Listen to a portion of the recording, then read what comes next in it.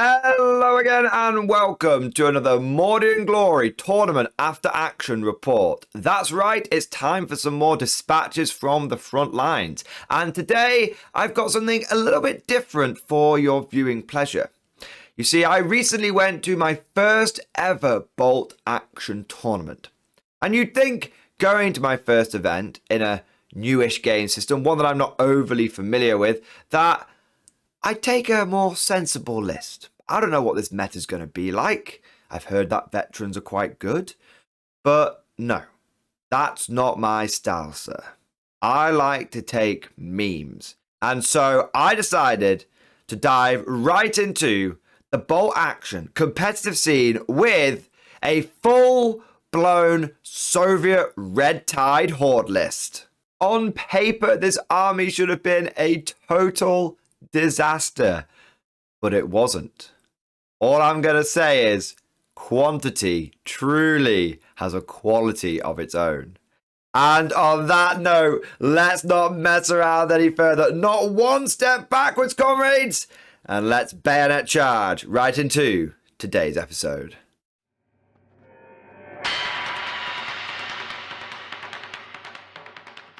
As is tradition, I want to start by saying a few thank yous. I want to say a big thank you to the tournament organizer, Dan, for putting this whole thing together.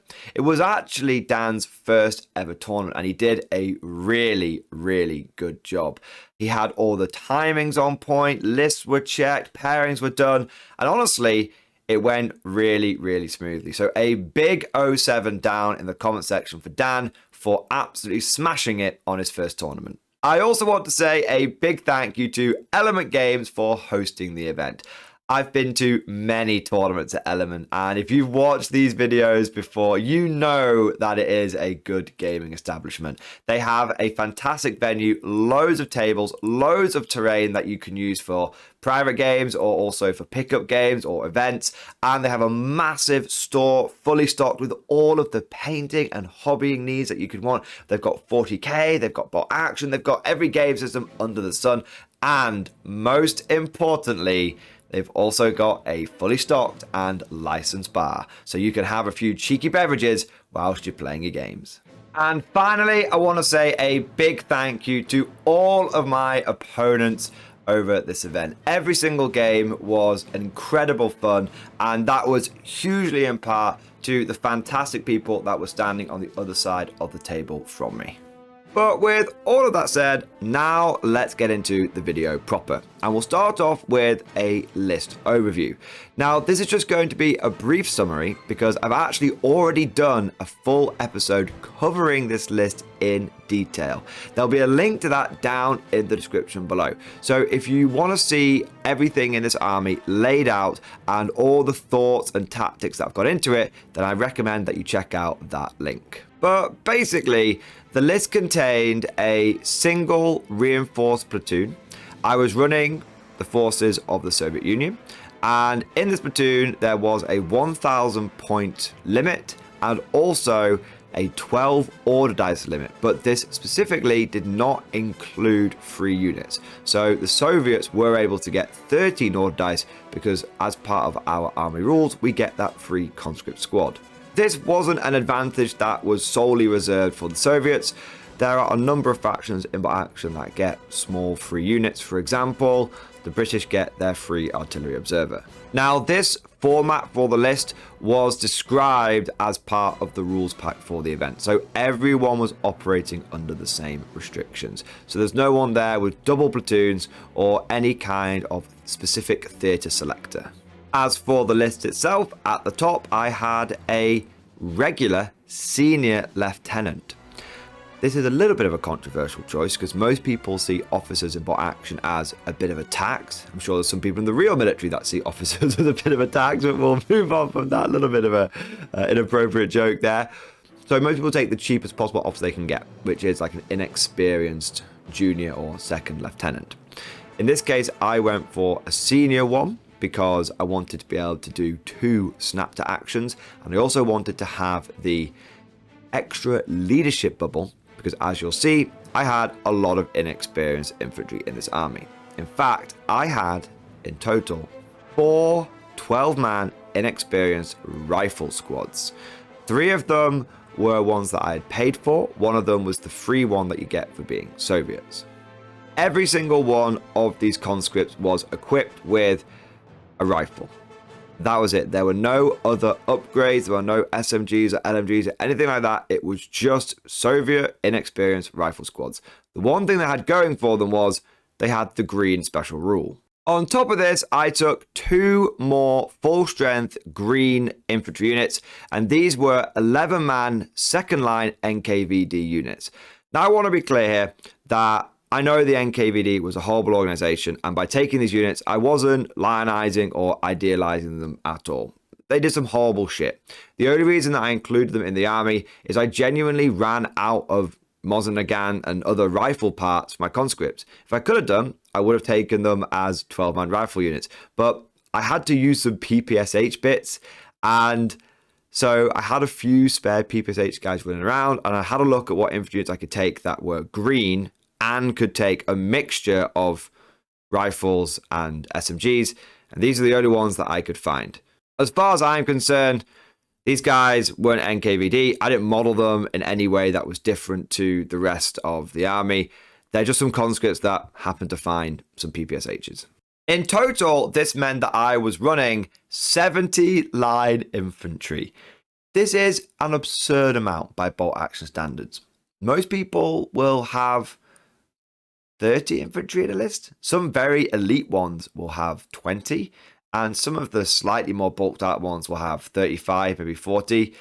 But it basically meant that I was going to outnumber every opponent that I came across by at least 2 to 1.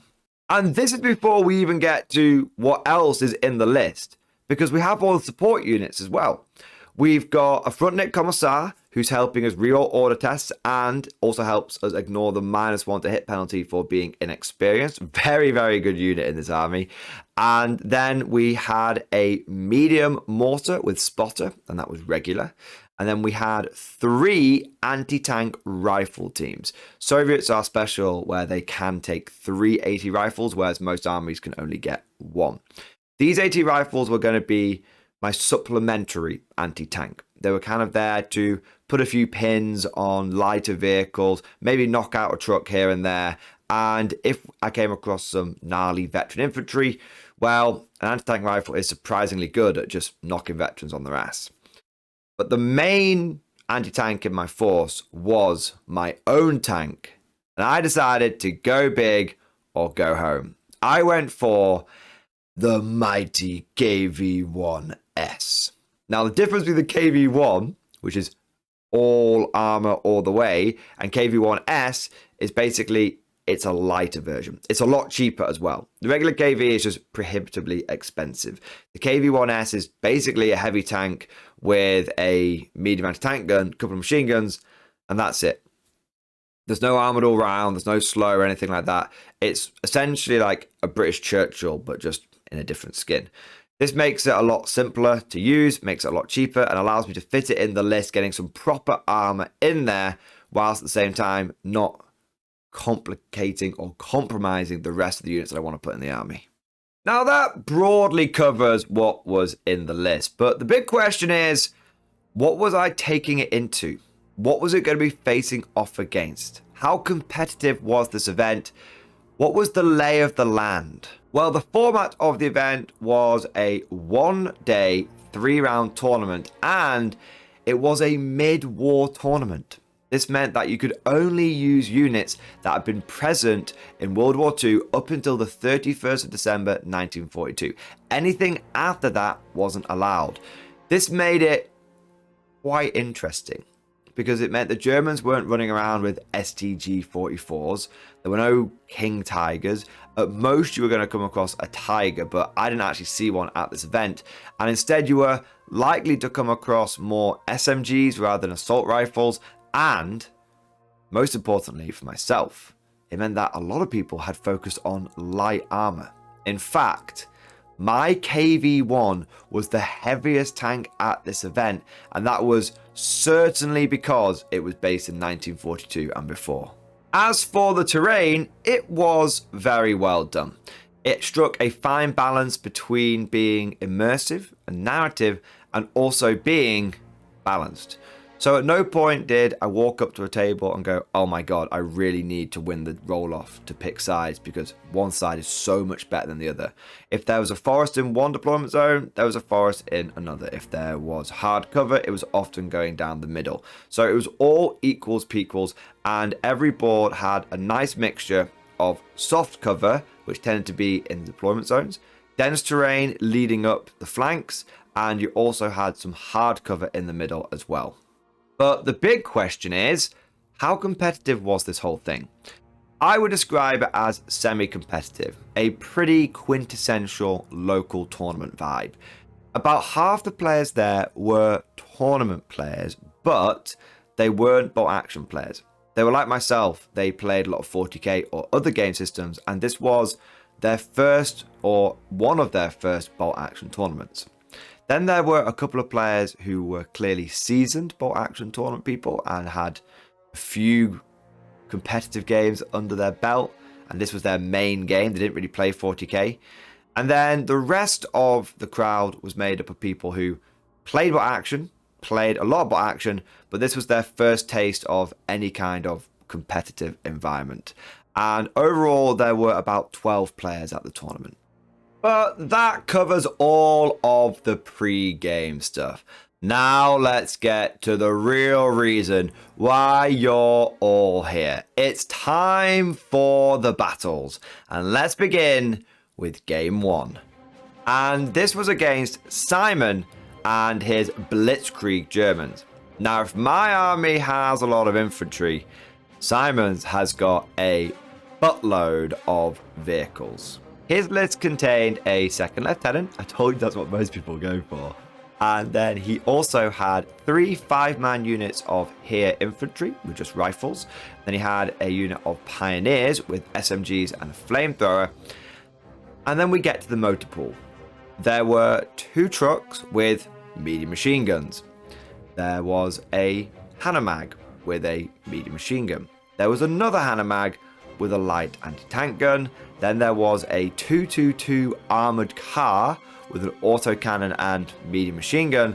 And then he had a Panzer IV, and he had the variant with the light howitzer and 2 medium machine guns. Now, for any faction, this would be a lot of vehicles and a lot of firepower. All those medium machine guns are going to be spitting out a serious amount of lead. But it's even worse considering that they are German MMGs, because one of the German special rules is all of their machine guns get 1 extra shot over everyone else's. So rather than getting 5 shots from each vehicle, he's getting 6. Normally that's not so bad, it's an extra shot here and there. But in this army, it was going to add up to multiple 3 machine guns worth of firepower. And that's a lot of anti-infantry. If you look at the rest of his army, he's got 1 flamethrower, which is very short range. Flamethrowers are anti-everything, so they can kill vehicles. They're not like in 40k. They're very, very good at knocking tanks out. And then he had a light AT gun, but everything else, that was just geared right towards just scything down infantry. And I have brought a lot of infantry. You also had to top the list off a medium mortar with spotter. So it was going to be a tough matchup, but that's not a problem. We like a challenge on the Mordian Glory channel. We then get to the mission, and it was key positions. And we rolled the dice, and it turned out there were going to be 4 objectives in this game. And these objectives are player placed, and whoever controls the most objectives at the end of the game wins. And if an equal amount of objectives is held, then it's a draw. Now, because we didn't know which side we were going to deploy on, and we've got to place the objectives first, what ended up happening is essentially there was a string of 4 objectives across the middle. I have seen it where some people have taken a risk and placed some objectives in their own table half, what they think is going to be their own table half, and if they win the roll-off, that's great. They then can sit on a couple of objectives at home, brilliant. But I've also seen it where people have tried that, lost the roll-off, and then been in a very, very awkward position. But in this case, that didn't happen. I knew that I wanted them to be in the middle because I didn't want to risk Simon to be able to sit on home objectives with just Daka. And likewise, Simon put the middle because he didn't want me to be able to sit on 2 or 3 objectives in my backfield and just camp there with loads of infantry going down. So it was in both players' best interest to make those objectives go across the middle and to fight for them in no man's land. Now, for deployment, there was no prep bombardment, and actually, there was no deployment. It was all first wave or reserves. I opted to put everything in first wave. I didn't want to mess around with any reserves because a lot of my infantry are quite low leadership. I need people to just come on the board. Simon also opted to go for everything in first wave because he didn't want to come in piecemeal whilst my horde just started dominating all the objectives on the board. So it was going to be a fast and furious game with both players going for the gold straight from the beginning. So we get straight into turn 1 and we start pulling dice. My plan is to overload 2 objectives on my left flank and then in the late game swing a whole bunch of infantry over onto one of the objectives in the middle. I figured once I got a blob or 2 of guys onto the objectives on the left, I could then spend the rest of the game just going down and making them really difficult to shift. And then all I needed to do was contest one of the middle ones with just whatever scraps of infantry I could throw over there, and if Simon doesn't clear them, then I'll be able to get the win. To that end, I heavily overload my left flank with pretty much my entire army coming on that side, with just an anti-tank rifle team coming in on the flank. My KV comes on the far left because I want to use its armoured bulk to move up in front of another infantry squad so that they can get heavy cover. And the plan is to have the KV and 1 unit sit on the far left objective, then to send 2 or 3 units to the objective that's in the middle left, and then everyone else can just start going over to the right once we've secured those first 2. This is where things get interesting, because in response to the waves of Soviets coming on my flank, Simon decides to match me and to meet me in the field of battle and to take me head on. I had not expected this. I thought he'd see how much stuff I was overloading on the left and that might intimidate him to putting stuff on the right. But I think he saw the trap there. If he'd done that, that would have been perfect for me. I could have leveraged my numbers to just guarantee he was never going to hold those objectives on the right flank, at least not one in the middle. But instead, what he did is he brought all of his firepower on to match me on the left, and then it was just German gunline time. And let me tell you, boys, that turn 2 was very painful. We put all the dice back into the bag. There hadn't been a huge amount of firepower exchange turn 1, both sides just getting set up, and a few pot shots exchanged at range, but nothing major. Turn 2 was a different kettle of fish. The first dice out of the bag was a German one, and Simon decides to go with his Panzer IV, and he can see one of my Soviet inexperienced rifle units. I think there might have been a NKVD squad. And he can only see like one guy, and it's past the corner of a building, so I'm getting heavy cover. It's going to be 6s followed by 6s if he fires a direct shot. So instead he goes, you know what? I'll do the indirect fire. I'll do the drop shot with the howitzer. He rolls the dice, and he gets a 6. Like, okay, pretty lucky, he gets that first 6, but, you know, I've done it plenty of times. I've done it on Battle Report as well, so I can't really complain. He then rolls to kill that man, and of course he does. He needs a 2+ to kill him. Then I need to do my green test to see if my green troops stay inexperienced or if they uprate to regular. I roll the dice, and I roll a big, fat, stinking 1. Now this is a problem, because green units, when they roll a 1 on the green test, don't just stay inexperienced. They immediately go down, taking a dice out of the bag for me, and they also take an additional D6 pins. I roll the dice to see how many pins are caused by the green test, and I get 6. This isn't good. Simon then rolls the number of pins that his howitzer actually does to my unit, and he rolls a 5 on the D3. Meaning in total, my inexperienced squad now has 9 pins on it. That exceeds their leadership value, and they break and run off the board. So 1 shot and one casualty caused me to lose a full 12-man unit. I'm not gonna lie, that shocked me. That kind of voodooed me. I did not expect that to happen. I was furiously checking my rules to see if my senior officer would help or to see if my frontnick commissar would help, but no. Once the leadership is exceeded, they're goners. Things only went from bad to worse when Simon then launched his mortar at another one of my squads. And he needed a 6 to hit. And he got it. And he killed 2 or 3 guys out the squad. And then I rolled my green test. And I rolled a 1 again. Oh my god. The inexperienced horde is just falling apart at the seams. Oh, everyone's dying and running away. I roll the number of pins on the green test, and I roll a 5. This means that if Simon rolls a 5 or a 6, that'll match my leadership test again with the number of pins, and I'll lose another squad. He rolls the dice, and it's about to land on a 6, and then it bounces off the corner of a bit of terrain off one of the buildings and rolls over to a 1. Saved by the ricocheting dice.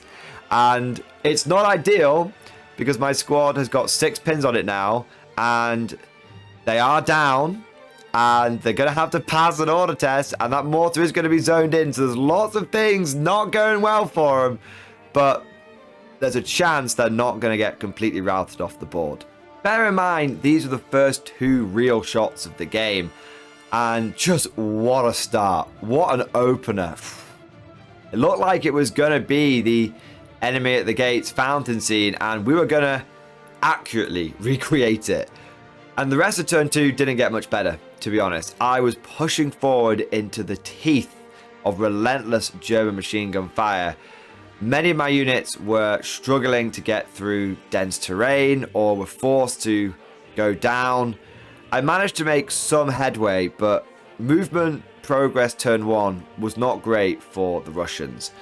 Fortunately, I did take a couple more green tests and I didn't have any more 1s. I didn't uprate, but at that point I was just grateful for not getting completely pinned into the earth. The thing that rubbed salt into the wound and only made matters worse was my return fire was just doing nothing.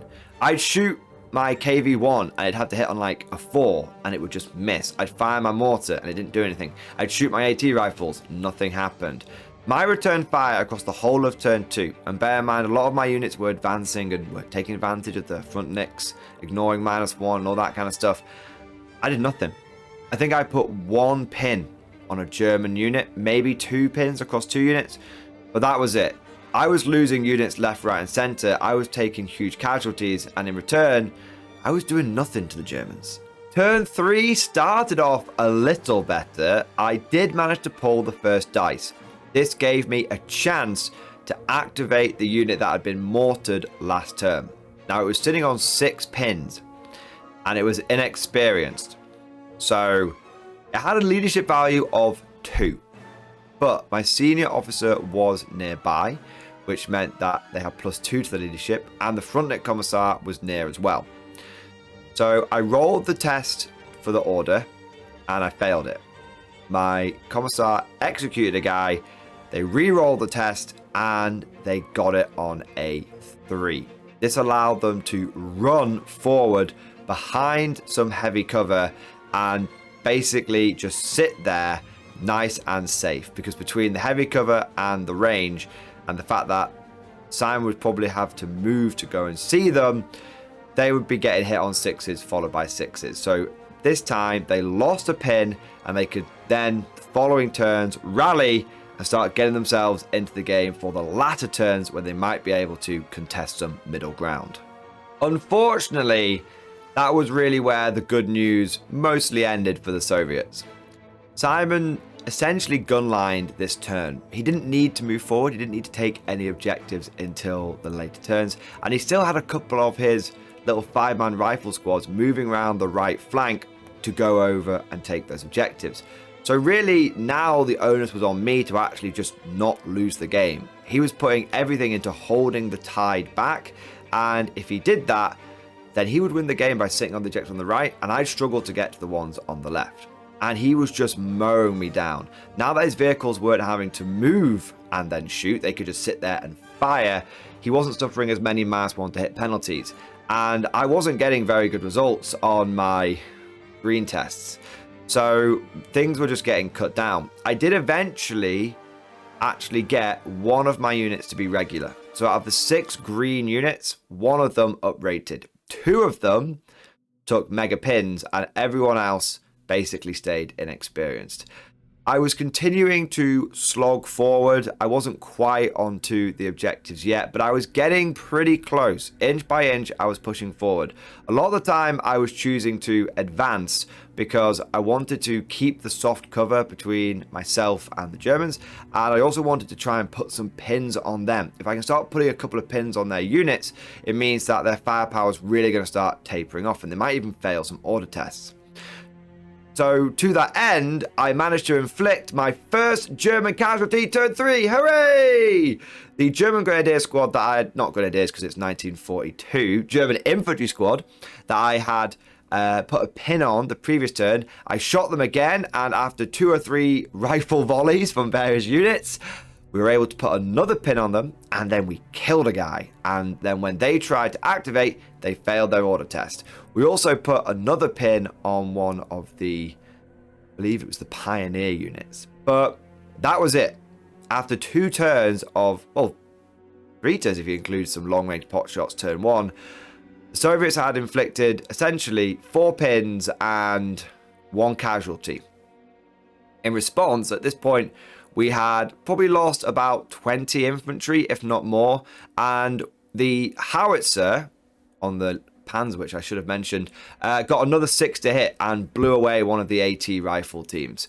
So we were slogging it forward, but just taking a lot of casualties on the way in. But we were slowly, inexorably advancing up the left flank. And it was on turn 4 when the spirit of communism decided to smile down upon our forces. We got an initial rush of dice. To start off, we had the AT rifle team on the right flank fire a shot into the side of one of the trucks. It had been trying to do this all game, but finally it got a hit. Finally, it got a pen, and then it was able to set the truck on fire. Now, we didn't destroy it, but we did put 2 pins on it and force it to go down. So it was 1 less MMG we're going to have to deal with. We then were able to fire a bunch of our other rifles and advance forward, and we finally were able to get onto the objectives on the left and in the middle left as well. We started spraying our KV-1 with lots and lots of machine guns in various directions, putting pins on open top vehicles, and by the time the Germans got a dice, a lot of their units did have a pin marker or 2. This made a huge difference. It meant that when the Germans did activate units and successfully passed order tests, they often had that extra pin on them, which meant that rather than hitting on 6s, they were hitting on 6s followed by 6s. On top of this, Simon finally stopped rolling a 6 every time that he would shoot an HE round, and for the rest of the game, his howitzers and mortars basically didn't get any hits. But the big one for me was my medium mortar finally ranged in and started splashing shots onto the rifle squad that was holding the middle objective. This was a big deal because now that I was dialed in, I had turn 4, turn 5, and maybe even turn 6 to just put mortar rounds into a little 5-man squad. And considering they were in one of the buildings, I was able to do a lot of just hits to them because of it being an HE round. It was at this point that the TO came over and said that we only had 10 minutes left for the game. So Simon and I agreed that we just do turn 5. And we do a proper turn 5 rather than trying to rush turn 5 and turn 6. For me, it was a pretty straightforward final turn. The units that were on the left-hand objectives just went down. And the only thing of note was, could I take the middle right objective of Simon? I had two chances to do this. The first one was a mortar round. I rolled and I got a hit. I was hitting on a 2+.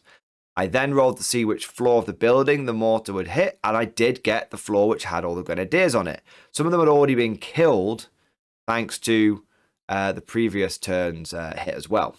There were 3 left, and I needed to roll a d6 for the number of hits, and I got 3 hits.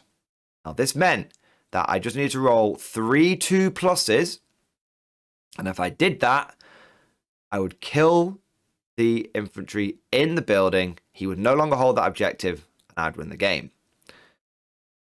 Or I needed to roll and kill 2 of them, and then that would be half of the remaining unit wiped out in one go. I'd be able to do some lots of pins on him. They already had 3 pins on from last time, and then Simon might break, unit off the board, I'd hold that objective.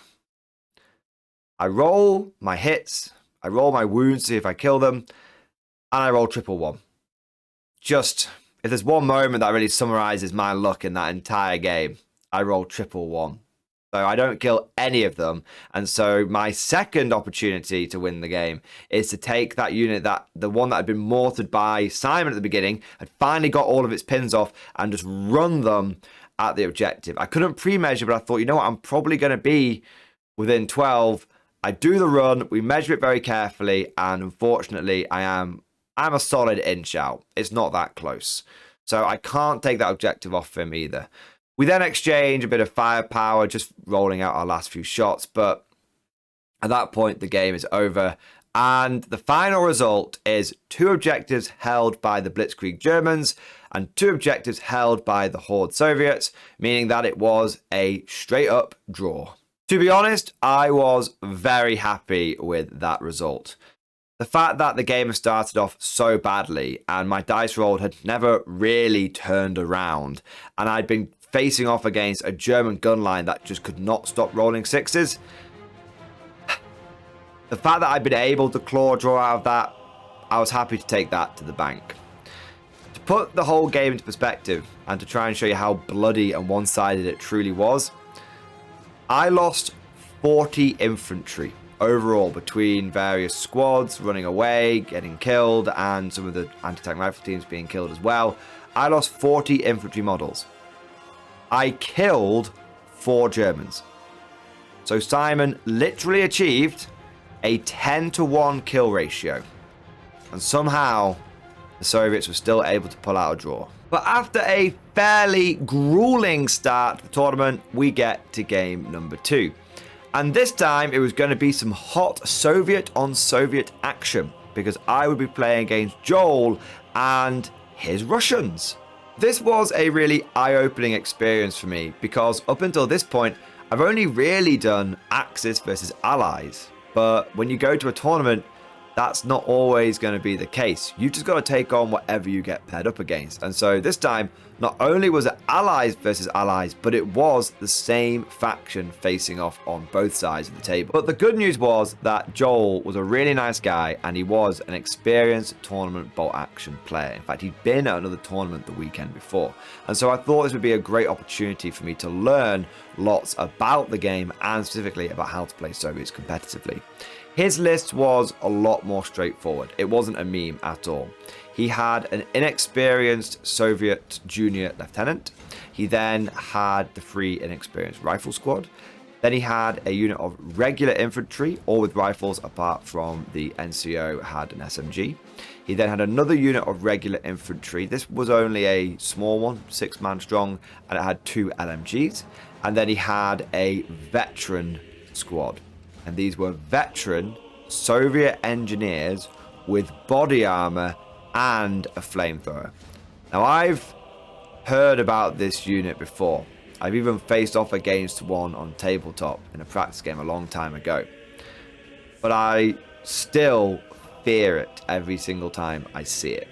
Because not only is it veteran, but because it's wearing body armor, it has a permanent -1 to wound against small arms. This means that things like rifles, which I have a crap load of, only wound them on 6s. In fact, the only weapons in my army that weren't going to wound them on 6s were the AT rifles, the mortar, and the KV. And honestly, these Soviet engineers, they tend to be moving fast, moving hard. I doubt a few AT rifles were going to stop them. My KV was going to be busy elsewhere, and the mortar probably wasn't ever going to get a chance to zone in on them. So they were a really, really horrible unit for my army to play against, and they could easily just sweep through 3 or 4 of my conscript blobs given a chance. To support his infantry, he had a truck for the engineers. He had a T-34, so a solid medium tank with medium AT gun. He then had 2 AT rifle teams, a medium mortar, a Ziz-3, and a unit of bomb dogs. So overall, it was a really solid list. It had a nice variety of units and weapon teams, a variety of veterancies as well, good numbers overall, and it was seasoned with just the right amount of high explosives. We then get to the mission, and for game 2, it was double envelopment. This is where you get 1 point for killing an enemy unit, and then you get 2 points if you get one of your units into your opponent's deployment zone, and you get 3 points if you're able to run one of your units off your opponent's board edge. I really like double envelopment. I think it's one of the best missions in bot action. It's a nice combination of a normal scenario and an attacker defender, and it means that both players can engage in a straight firefight, but you really do want to be pushing forward and trying to get into the enemy deployment zone to get those big points. So it encourages both an active defense and an aggressive attack. For deployment, half of my army, rounding down, needed to go into reserve, and the rest of it was going to deploy on the board. For me, it was a very straightforward decision. I took all of my inexperienced squads and put them on the board. I'm not rolling leadership checks at -1 to bring those things on. Leadership 7, I'd get to the end of the game and half my army would never have turned up. I then put essentially what remained, which was all my regular stuff like the KV and the weapon team stuff, that went into reserve. The only regular unit that started on the board was my senior lieutenant. I wanted him on so that I could have the leadership bubble straight away. So if I took some long range pins, I wouldn't have my initial units just doing nothing. As for the dispersal of these initial forces, I had a 12-man rifle squad on my left flank.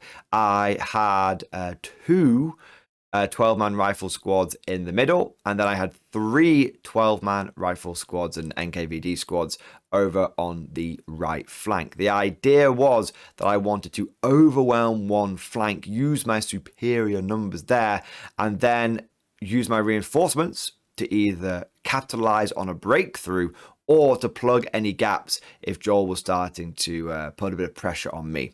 I had that squad on the left to make sure that if Joel tried to get his truck and just zoom it down the flank and get the truck and the veterans inside just off the board early on, that if he tried that, I could move block him with the rifleman, and I could also then riddle that truck with rifle rounds, because it's not an armored vehicle, it can be destroyed by small arms. Speaking of Joel's units, on the board, he deployed on the right side his inexperienced officer and inexperienced squad, and then he also had a little bit further forward, but still again near the right, sniper team and anti-tank rifle team.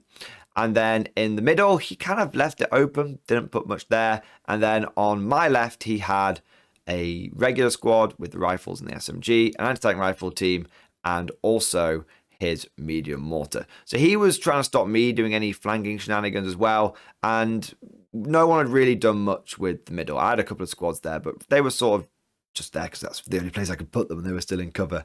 The one thing of note was that he did have his mortar spotter bang in the middle of the map in one of the buildings, so that it was in a very commanding position and it could see both the left and the right and the center. This would become imminently important because we then get to the first turn and Joel pulls out the first dice and it's one of his. And instinctively he just says, oh, I'll go down with something in reserve. And that's what a lot of people do when they get the first dice and there's lots in reserve. They don't want to go with one of their units. They don't want to blink first, as it were. He then pulls one of my dice and I sort of look at the board, look at the situation and go, you know what? He's deployed in that building. That building is partially over the halfway line. One of my infantry is right on the front. So I should be, mathematically, I should be in range for a charge. So straight away, I go, I'm going to run with this conscript unit, and I'm going to charge your spotter in the building. And you can see the, like, Joel's gone from, oh, yeah, autopilot, yeah, we're both going to be going down at the beginning. You can sort of see his eyes widen a little bit as he comes awake, and he goes, oh, yeah, like, you could do that, right? I'm like, yeah, and I should be in range because that building's just over the halfway point. Like, it's mostly in your half, but it's just over the halfway point. These guys are right on the edge, so I should just go straight forward and charge you, right? He's like, yeah, that should be possible. So we measure it out, and I'm comfortably in 11 inches to this building. So I charge him. We fight at the same time. His spotter's got an SMG, and he does get to fight at the same time as me because he's in a defensive position. Or prepared position, I should say. And he does manage to kill 2 of my conscripts, but I get 12 attacks against 1 regular spotter, and I just kill him. And I'm just like, where's your medium mortar? Oh, it's behind the forest there. Oh, so he's like, yeah, you've really screwed my plans up there. My mortar was going to be, that spot was going to do some really important things, and it just completely threw my opponent off. Completely blindsided him. He just presumed it was going to be down, down, down, down. But no, I was like, I'm going for you. Because what I realized straight away looking at the board is I've got 72 infantry on the board, including my officer. And Joel has got maybe, 10 infantry, 20 infantry, maybe about 25 models on the board in total, maybe 30. Not a lot. And so I'm like, what I want to do here is just not go into the down game, but I want to get an early rush going here. I want to be cracking on. And I want to be getting up the board as fast as possible in turn 1 before all those reinforcements start coming on. And I want to do that as quickly as I can. So we then pulls the next dice, and it's another one of mine, and I go, right, I'm going to snap 2. He's like, okay, like, I'm being super aggressive. I'm like, no messing around, all gas, no brakes. I'm going to snap 2. So my officer is going to advance forward, and then 2 of my infantry units are going to run. And he's like, okay, where are they going to go? And I'm like, right towards your sniper. Because his sniper's also, he's deployed it far forward so that it's got really good angles, and it's in a forest, it's in dense terrain, so it's going to be having a great time. But it also means that it's close to getting assaulted. So I just shoot straight up 12 inches up the board, and I am comfortably within 6 inches of his sniper in the forest. Now, I can't do a full 12-inch charge into a forest because it's dense terrain, but I can assault into a forest. I can essentially advance into a forest, and if I'm within 6 inches, I can get into combat with him. So I just push. Basically, his sniper and anti-tank team now are essentially facing down 24 conscripts. It's 24 versus 4. They're really the main things that happened to one. The rest of the stuff, I push forward on with my other units on the right hand side. My unit on the left goes down. It's just going to chill out there, and that's kind of like first turn. He does some pot shots with like his sniper, and he does manage to kill one of my infantry, but that's fine. And then he does also put a few shots on here and there, but by and large, turn 1 is me just rushing him down, completely rushing him down. It comes over to turn 2, and it's like, okay, I really, really, really want the first dice. Because if I can get the first dice, it means I can activate my conscript unit, which is in front of his sniper. And that means that I can charge him before he's able to put more pins on that unit, because it's already got 1 pin from last turn. And it's leadership 8, the officer's nearby, so overall it's leadership 9. But if it starts getting more pins on it, I'm not going to be able to get that charge off. I'm Bagman this time. My fate is in my hands. I give the bag a good old shake. I showed Joel, like, look, I'm not no hanky-panky here. We both really need this first dice, so give it a good old shake, rattling the dice around as much as I can, put my hand into the dice bag, and I just pull a dice out.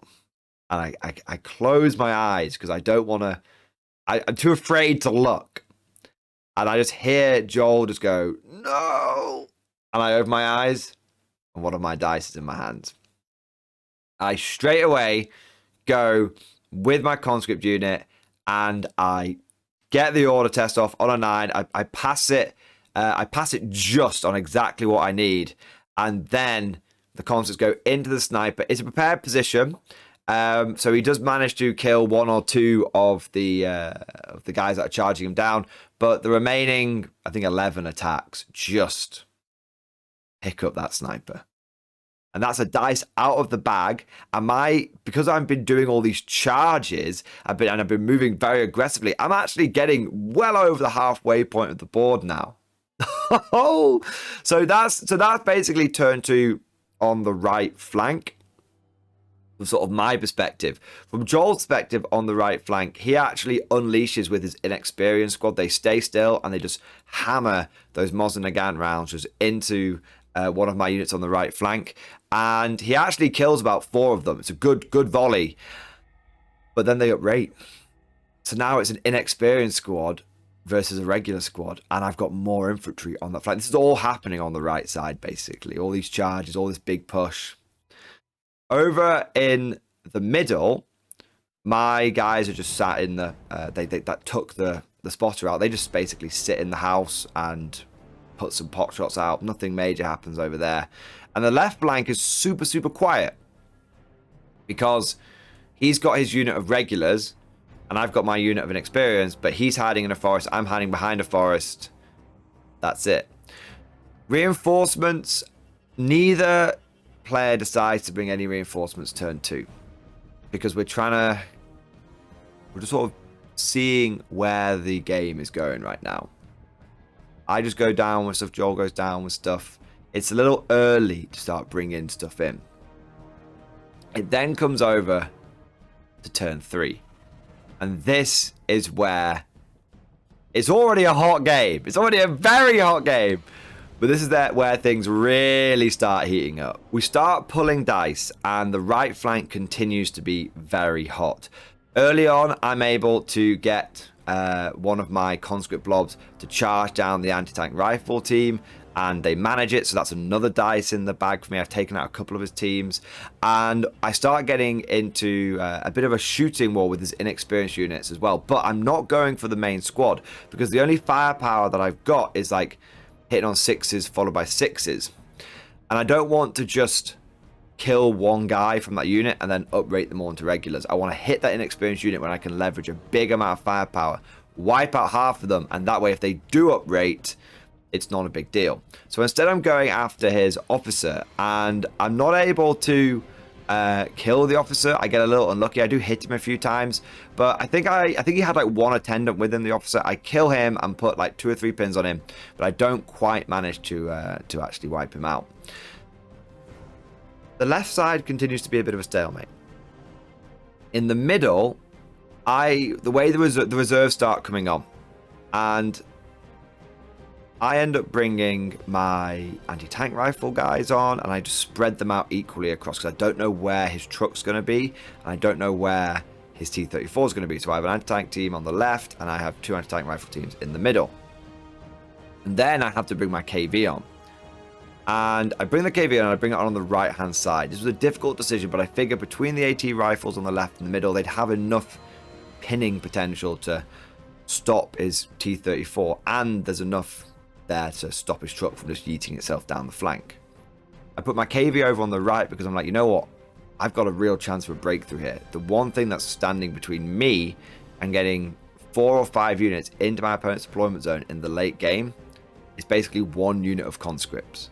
If I can just completely sweep those aside and go straight through, I'm going to start picking up crazy amounts of points. Because I brought a lot of my reserves on, I think Joel had thought that I had activated all of my units, but I still had 1 dice in the bag. Joel ends up bringing on a lot of his reserves, and he actually ends up going through all of his dice before I go through all of mine. That one just sits in the bottom of the bag, just refusing to come out. And this is really important because he brings his truck on, and he brings it on the right flank. Now, I thought he might go down the left and go for points, but Joel has correctly identified that if he doesn't stabilize his right flank, that's just gonna collapse, and then I'm gonna get all those points we just talked about. So he brings his truck up, and he still has a dice in the bag for his engineers, which could jump out and start hosing down and flaming down one of my conscript mobs. One dice left each in the bag. Joel pulls one out, and it's mine. And this last unit is the unit of conscripts that are sat in the middle of the board in the building that took out the spotter. And what happens is they go for a fire order, and they can see his truck. And Joel's like, oh, I forgot those guys were there. And I'm like, yeah. I said, if you want to move your truck, you can do. I don't mind. Because obviously it's just a friendly bolt action tournament. And he's like, no, I think they're probably going to have to go there anyway. There's nothing I could really do to stop you from getting that. I've done what I've done, and it's what I want to do anyway. So I'm like, fair enough. So he didn't take anything back. I fire my shots off from my rifle squad, and there's enough windows on this building where I can get enough shots out onto him. And I get 4 hits. I'm hitting on like 5. So it's like stood still. It's literally long range and inexperienced. That's it. I get 4 hits. I then roll 2 6s.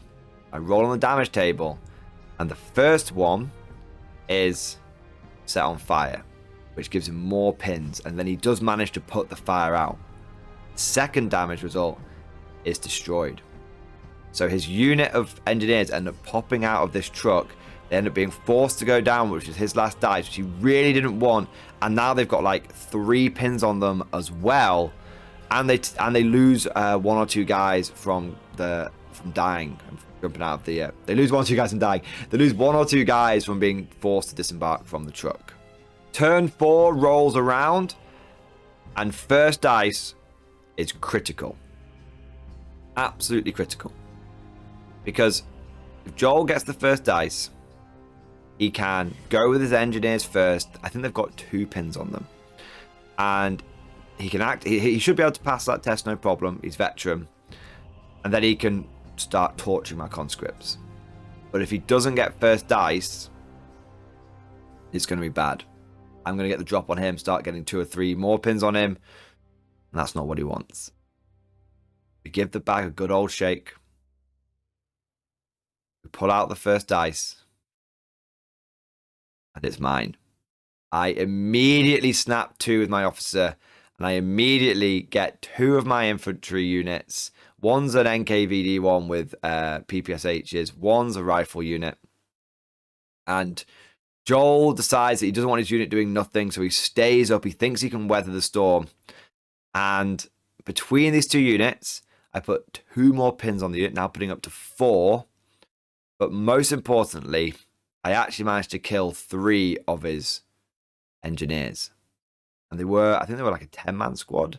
They've lost like 2 guys getting out of the vehicle. They've just lost 3 more guys, so they're down to 5. So they're pretty weak at this point. But because I'm wounding him on 6s, it means I always get a chance for that exceptional damage where I get to pick the model. And out of the 3 kills that I get, I roll those dice.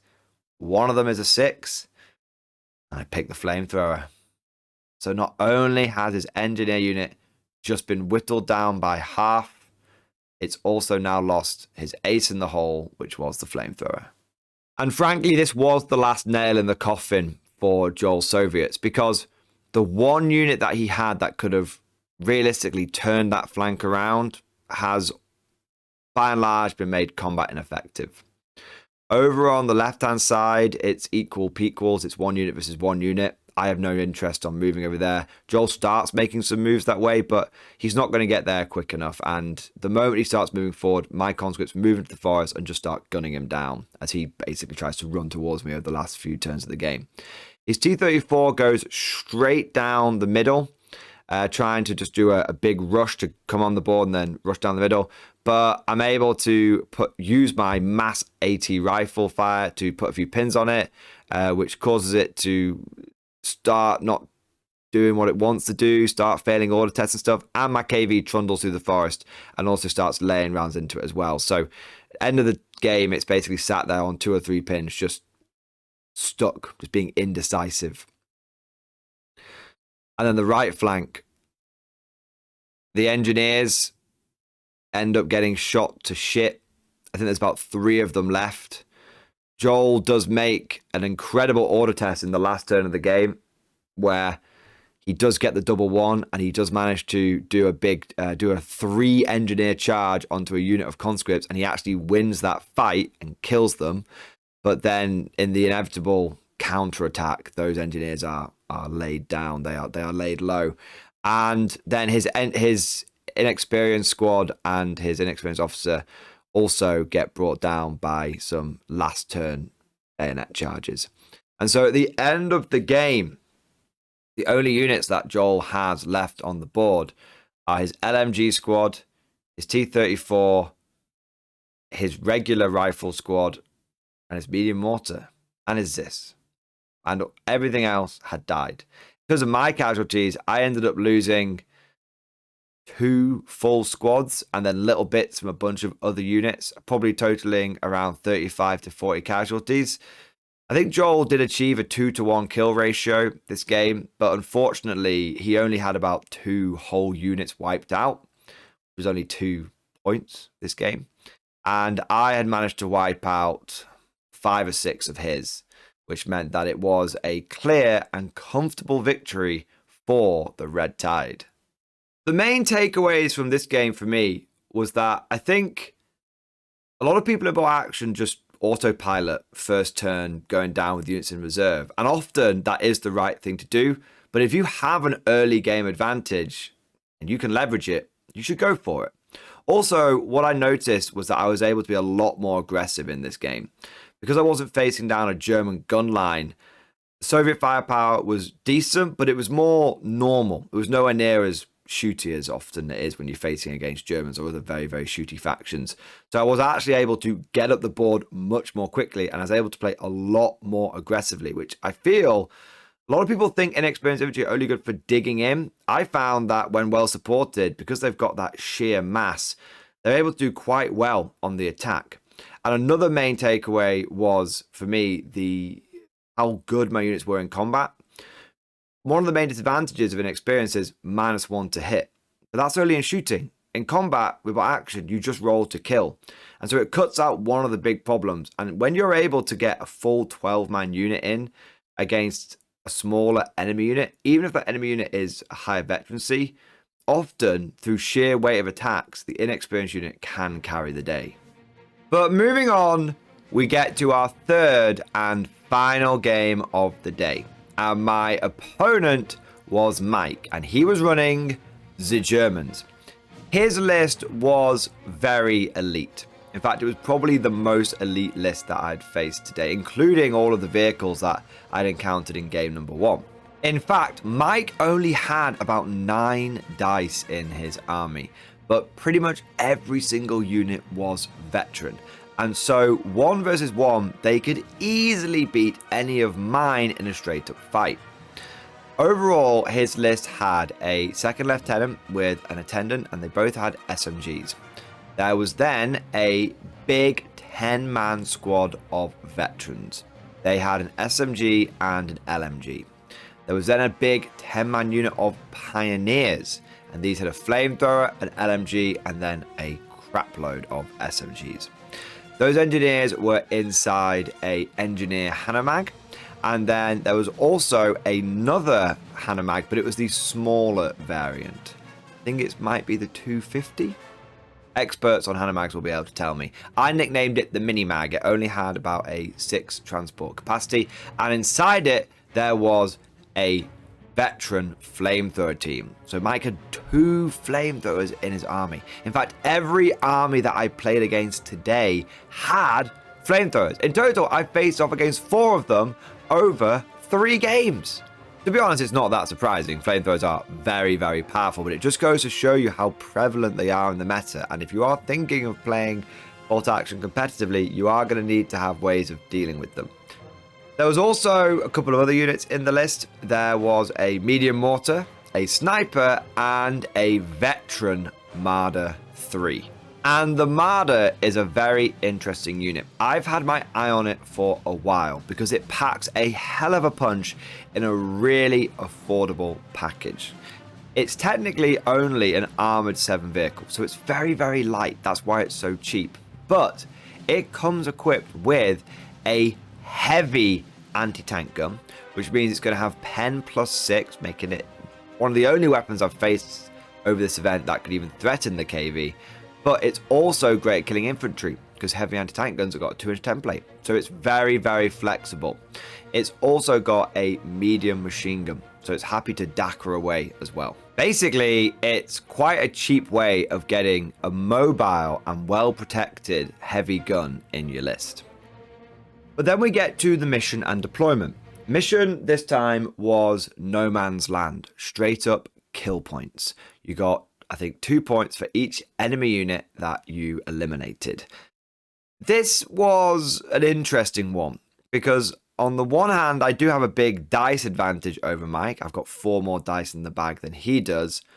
But on the other hand, I only have 9 possible units of his to kill. And each one of them is dead hard. Whereas he's got 13 units of mine to kill, plenty of them being small things like anti-tank rifle teams. And so he has lots of opportunities to score some low-hanging points. As for deployment, up to half your units can be put in reserve this mission, but I decided to have nearly everything on the board. Again, I'm very inexperienced, so relying on stuff coming in with -1 leadership checks, just not a good game plan for me at all. The only thing I put in reserve was the KV-1, and that was because there was a preparatory bombardment. I didn't mind if a bunch of conscripts ended up taking pin markers. Hell, if a few of them died in the bombardment, I might get some easy ways of uprating my force.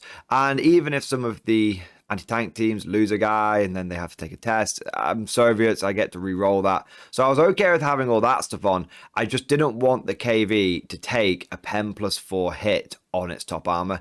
And I know if I'd started on the board, that would have happened. As for Mike, he put his Marder in reserve for the same reasons I put my tank in reserve. And he also put his big engineer Hanomag in reserve with the pioneers inside it. We then roll for prep bombardment and both sides get it, which is good because it's always a bit feel bad when one person gets the prep bombardment and one person doesn't. I know a lot of tournaments have started just saying it's either on or off, and I definitely think that is the way to go with it. The results of the bombardment were pretty mild. Most of my units took 1 or 2 pins, although my medium mortar didn't get hit at all.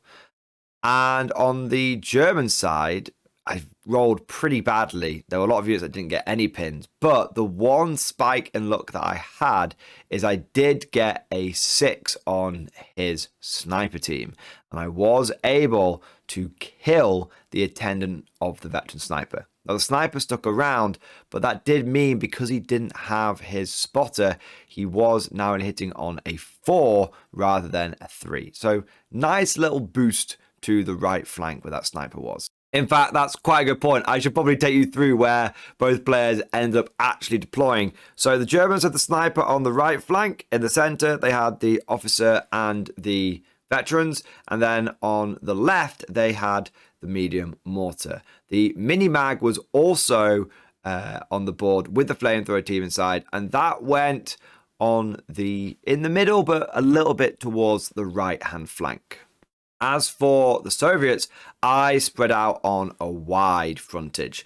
I basically had equal amounts of infantry squads just dispersed towards the right and the middle and the left-hand side. I sprinkled my anti-tank rifles in between. I went for a very, very balanced deployment. There was maybe a slight overload towards my right flank where I had maybe 1 extra squad and also had my officers, but it was pretty much just spread out across the entire deployment zone. But then we got to turn number 1, and it was pretty quiet But you tend to find that after a prep bombardment, most units are just rallying off the pins that they've got. In fact, that's what I did pretty much exclusively on my right flank and in the center. The only thing of note for the Soviets was on the left-hand flank. One of my squads that hadn't got hit by the bombardment just started pushing forward, just running forward. And then I also had my medium mortar start zoning in on the big block of 10 veterans that the Germans had placed in the middle, but I didn't get a hit. But I started that process.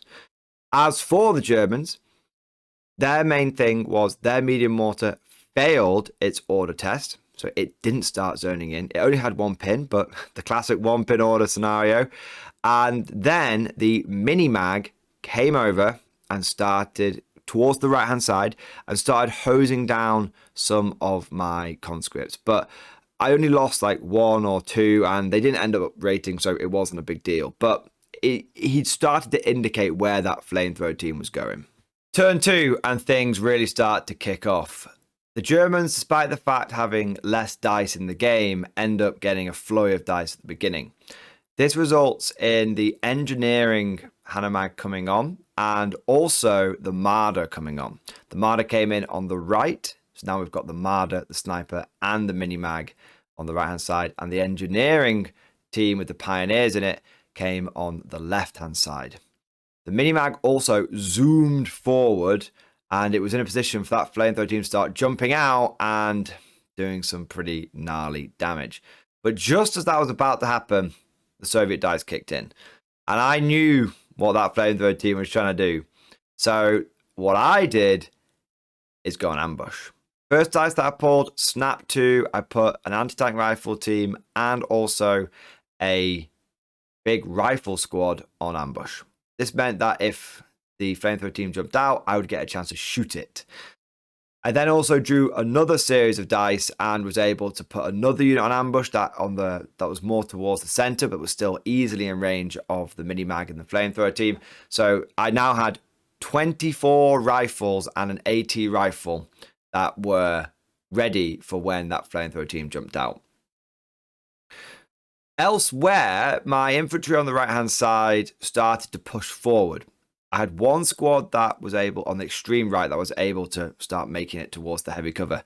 I had one squad in the middle that had gone down when his Marder had come on and shot them. And despite the fact that they'd gone down, it still managed, because there was no heavy cover, not half of them were behind the heavy cover, it still managed to get the hit. And so they had taken a bit of a bruising and they hadn't even uprated for their troubles.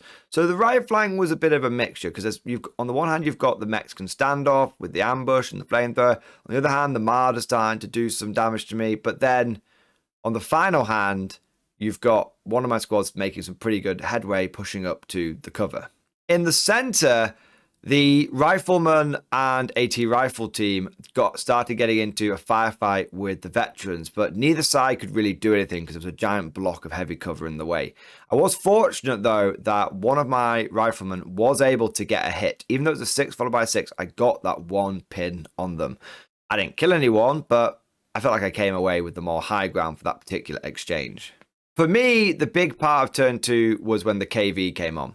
It moved on the board and was able to get a straight shot on that left flank right into the front of the engineering half track. I got the hit and I got the wound. I only rolled a 1 on the damage table, so the enemy Hanomag just took an extra pin. But that double pin meant that because of it only being a regular transport, its leadership wasn't great next turn. And these extra pins immediately became significant because turn 3 rolls around. First dice out the bag, German one. They tried to go with the engineering Hanomag and it fails its order test. And so it reverses backwards to the edge of the board. And now that flamethrower is going nowhere. And over the course of turn 3, I start shooting into that transport again. The KV puts a round into it, penetrates it, sets it on fire. They manage to pass the first leadership check, but then the AT rifle on that side also gets a hit, also gets a glance, I believe, at that range, but I am able to set it on fire again. And at this point, it's got like 4, 5 pins on it, something crazy, and it fails the leadership test, and the engineering transport is abandoned. This forces the pioneers to get out, and so turn 3, the pioneers are out, they're down, literally on the edge of their deployment zone. It would have been quicker for them if they'd started on the board and just ran up the board. But as it was, they were essentially a non-threat now, because that flamethrower is the main thing I'm worried about, and it's a long way away. In the center, it didn't get any better for the Germans. It was pretty spicy. My rifle squad and the AT rifle that were in there were just exchanging fire with the veterans, and no one was hitting each other. But I had been zoning my mortar in for several turns now. Turn 1, turn 2, and now turn 3. And I needed a 4+. I roll the dice, and I get the hit. This immediately swings the center firefight in my favor, because not only do I end up killing a couple of the veterans, but I also am able to put 3 pins on them. That straight away, even if they wanted to do something this turn, they're going to have to rally. And if they're rallying, then they're not moving. And if they're not moving, and I've got the dice advantage and I get the first dice next turn, I can just hit them again with the mortar and just keep pinning them up. Those veterans are at the very start of what became an inevitable death spiral. On the right-hand side, the Mexican standoff continued, with all of my ambushers staying on ambush and the flamethrower team not getting out, and the mini-mag trying to pin up some units where it could, but struggling to get the hits that it needed. On the far right, the Marder gets another 6 to hit. Now, I'd stayed down with those conscripts. I thought, well, if I stay down, he's not going to hit again. At the start of the turn, I'll rally off D3 pins, which I did, so I was pin free. And then I can, next turn, get them moving. No, the Marder, despite the fact that I just got rid of all my pins, rolls another 6 to hit and kills another couple and puts another 2 pins on me. It's like, God damn it, now I'm in a never-ending death cycle of pins with this unit of conscripts. But on the extreme right, my unit of infantry continued to move the way up, and they were actually able to start putting some shots onto the Marder. Now, I couldn't kill it, but I could put pins on it. If I put pins on it, because it's open-topped, then it might start failing some of those order tests, giving my conscripts a chance to get out of the death spiral. Turn 4 comes around, and I decide that I need to do a big push. I've been slowly working forward on the right flank, slowly working forward on the left flank, but I now had a definite advantage. The odds were in my favor. His veteran squad in the center was going to keep getting mortared to death. His engineers were non-threat, and I had the numbers advantage on the right-hand side, where the mini-mag flamethrower Mexican standoff was happening, where even if it went a bit wrong, I could probably weather it.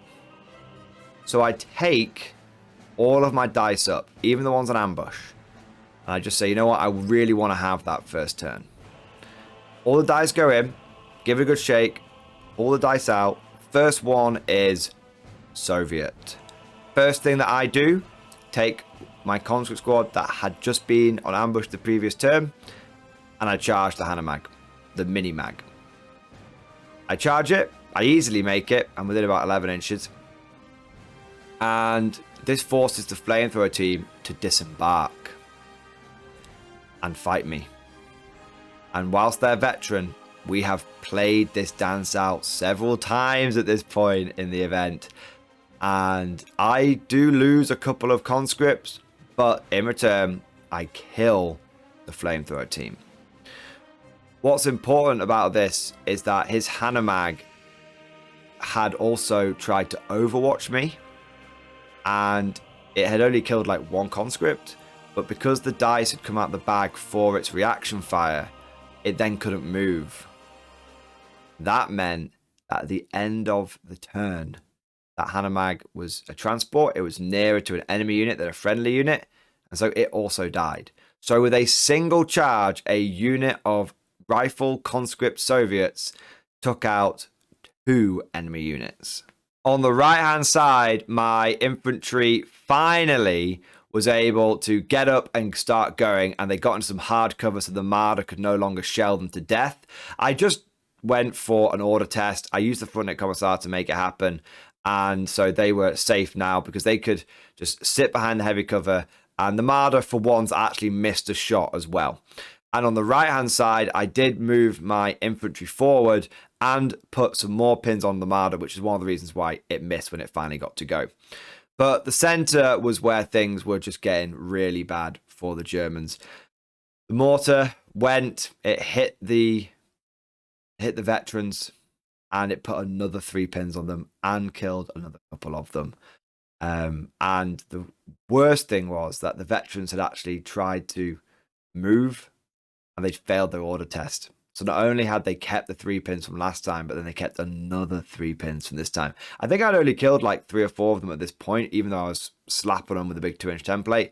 But I wasn't rolling that great, but it was the pins that was really sealing their fate. And now they're completely combat ineffective. Even if they get a rally off, they're probably still going to end up with a couple of pins still left on them.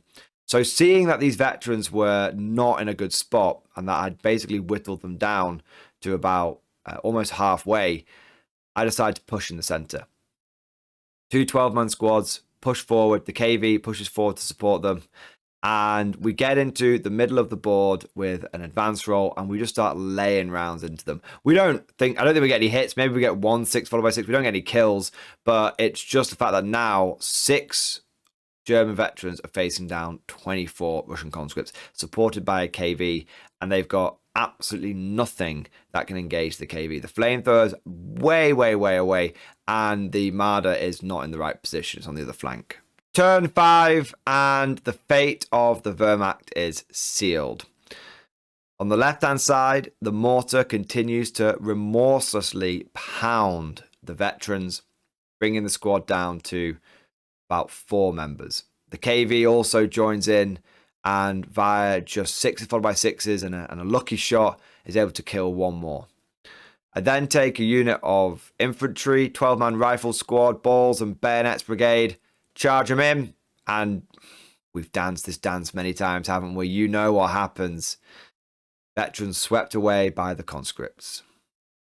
On the right, the conscripts that had taken out the mini-mag and the flamethrower team are actually countercharged by a German officer. They have SMGs and they have Tough Fighter, and they're going first, but unfortunately they only get about 3 kills. And there's still about 6 of my conscripts left. And I turn around and I just gut the officer and his attendant. That's another dice gone. The sniper ends up being taken out by, I believe it was some lucky rifle fire. And the Marder gets an extra pin on it, which again causes it to miss. At this point, it's basically just got a customary 1 pin on it. It's got 2 pins on it. It's passing its order check. It's keeping that 1 pin, and then between heavy cover and that pin, and sometimes it's got to like twist to get the angle. It's either hitting on 6s or 6s followed by 6s. And so by the end of turn 5, the Germans have a Marder, medium mortar, and an engineering squad, which is still nowhere near the fight. And so we decide to call it at the end of turn 5, and it is an overwhelming Russian victory. If I were to make one observation from that game, and please don't think I am slagging off my opponent here, Mike was a fantastic person to play against. Really, really fun game, and he definitely had a lot of tactics and things that he did right. But I think that game was not in his favour from the very beginning, and that's because he tried to spread out and match me. When I put a unit on the right flank, he put a unit on the right flank. When I put a unit on the left flank, he put a unit on the left flank. The problem was that I had so many more units than him, and my units were all bigger than his. What I think he should have done is leverage his veterancy and used it to have fantastic force concentration. At the end of the day, there's no real point in spreading out. It's not an objective game. It's a kill point game. And so just forming a line and forcing the Soviets to come towards you and picking them off a bit at a time as they do so probably would have been a more viable tactic. But it's one of those things that it's the natural inclination of many, many players that when they see an opponent spread out, they also think to spread out as well. But there we have it! End of the tournament, and somehow I've managed to walk away with 2 big victories and even a cheeky draw. it was much more than I was expecting. I thought that I would be lucky if I got one win. It's my first bolt action tournament. I didn't know what to expect. I've never played in that kind of meta before. And I'd done a lot of reading online about inexperienced infantry. And the general consensus is that inexperienced units are just trash. Most people disregard them. At best, they're a cheap way of filling out a list that can help you get a bit more meat, a bit more bodies on the line if you are taking quite an elite force. Whenever I've run inexperienced before, it's always been like Volks Grenadiers, which are actually quite good, and it's to indeed bulk out my veteran Germans. Going down this pure horde route, I definitely learned some stuff. I think it does work. I think you can take lots of inexperienced stuff, but I think it's important to know what should be cheap and what you should pay points for. I think if I take an inexperienced AT rifles and KV stuff like that, that would have just been a waste of time. But having the big blocks of inexperienced infantry and being able to support that with the senior officer and the frontnet commissar, it basically meant that I had all the benefits of regulars, albeit still dying on 3s, but at about half the cost if I just taken all the squads and upgraded them. So it definitely allowed me to save some points, and it definitely allowed me to get more units on the board, and it definitely gave me a huge numbers advantage because all of those squads could be really, really well fleshed out. If I was to change anything about the list, I found the AT rifles to be a bit lackluster. Over the course of the game, they, I think, essentially destroyed one Hanomag by setting it on fire, and they upset a truck in game 1 and put a pin or two on a T-34. I know it's not bad for 3 units that cumulatively cost 90 points, but I do think that I could have put something a bit better in the army. I probably would have been better off taking something like a Ziz 3 and having a proper bit of anti-tank and having some extra HE. Likewise with the KV, whilst it was cool having the heaviest tank at the tournament, most people just ignored it, and it didn't really contribute anything. I think in total over the course of the tournament, it literally killed 1, maybe 2 veteran infantry. That was it. Rest of the time, it missed with its main gun, or if it did hit, it kind of rolled a bit poorly on the vehicle damage table. But it never took out an enemy vehicle, and the main gun, at best, set a Hanomag on fire in the last game, but even by doing that, it didn't kill it. It took the AT rifle to finish it off. If I was to adjust the list, what I'd probably do is drop the AT rifles, drop the KV, put a medium tank in, maybe like a T-34 in there instead, go for like an armored car as well, so I'm not losing too many dice, and go for that Ziz 3. I think that would still allow me to keep about 12 or 13 dice, whilst at the same time massively upgrading those units that I do have in the list. And I think at that point, everything would just be that little bit more efficient. Well, at least that's what I think, but of course, all of this is just like my opinion, man. Let me know what you think down in the comments section below. What would you change about my list, and what has been your experience at bolt action tournaments? One thing I also want to mention is this is the first time that I've done a bolt action after action report. I've done loads of 40k ones, but this is kind of a landmark milestone moment. It's the first time I've done one for this game. Let me know what you think. How did it go? And is there anything that you'd change about the format of the video? I'm happy to take all feedback on board. But I hope you enjoyed today's video. If you did, don't forget to smash that like button and also subscribe to never miss an episode. Would you like to know more?